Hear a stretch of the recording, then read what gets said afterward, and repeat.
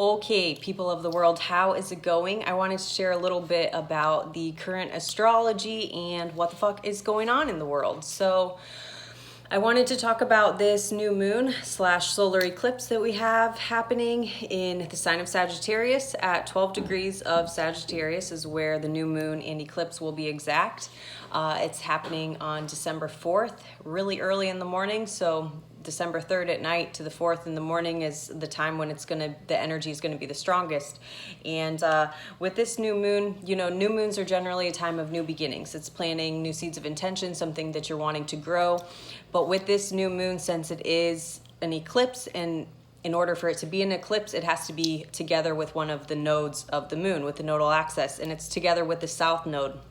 So what that means is the south node is connected to the past. It's connected to things that we're carrying forward from the past. So with this new moon, it's not so much just about new beginnings and birthing something new, creating something new. It's a lot around releasing something old and letting go of something from the past, closing out a chapter in the past, whether you're literally, things are leaving in your life right now, whether it's, you're changing like place of living, job, relationships, things like that, that are coming to a close, or maybe it's something more internal, whether it's like the way that you think about things or a certain philosophy that you have on life, because Sagittarius is very much connected to your philosophies, your belief system, what's important to you, what do you value, what do you believe about the world, what is your truth.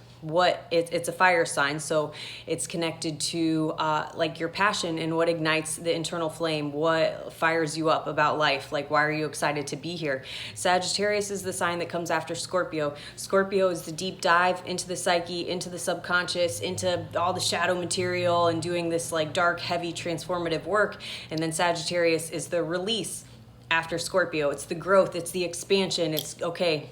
Now that we've gone into like the depths of hell, it's the half horse, half man shooting the bow and arrow off into the horizon. Like, okay, now I go out into the world. I want to experience things hands-on. I want to experience different cultures, different philosophies, different ways of living. It's the sign that's connected to travel. But above anything, I think it's really asking us like, what is our truth? What do we need? Are we living in alignment with what our truth is? And if we're not, I think that things will really be shaken up at this time, at the time of the new moon and the eclipse. I think it's really powerful. Truly, the astrology for the end of the year is pretty wild.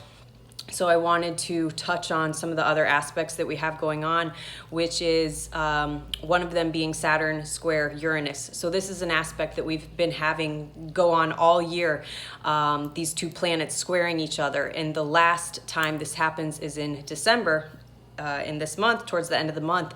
And with this aspect, it's quite literally the government, the patriarchy, the structures, the systems, the rules, regulations, laws, the boundaries that we work within, the things that authority figures tell you this is the truth, this is the law, this is the rules that you have to follow.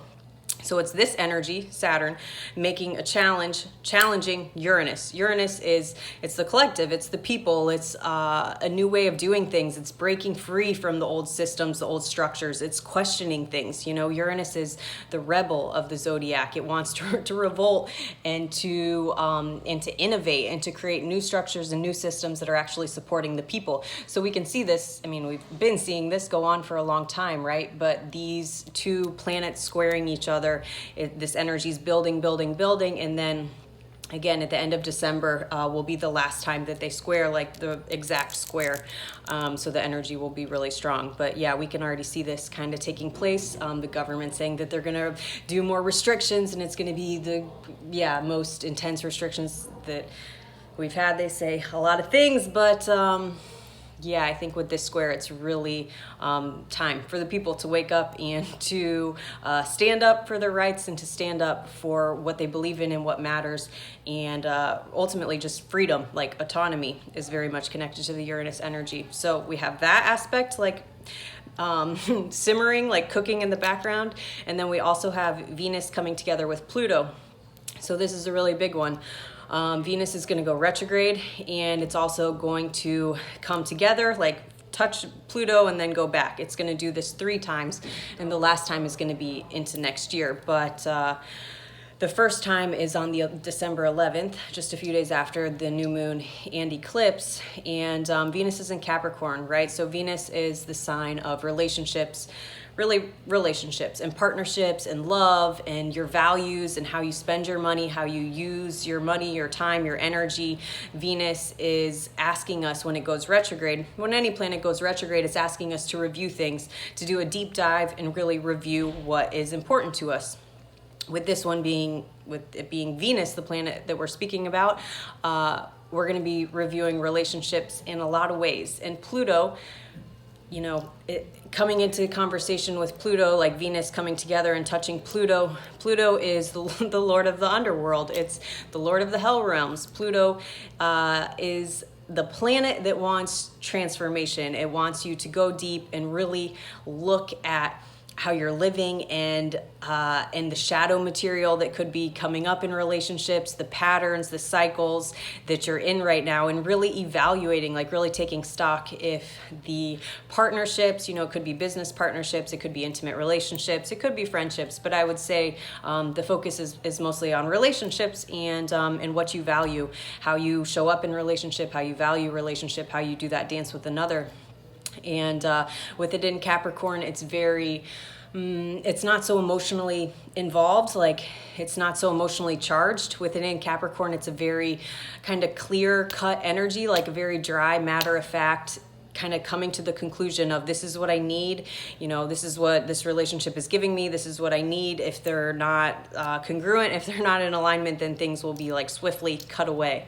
I think this period of Venus retrograde that will go into January, the retrograde will end in January, and then there will be a post-shadow period. So for most of December and into January, we will be reviewing things. So I think this is another thing that's really adding to the pressure that we could be experiencing. There's a lot of things that are going to be up for review.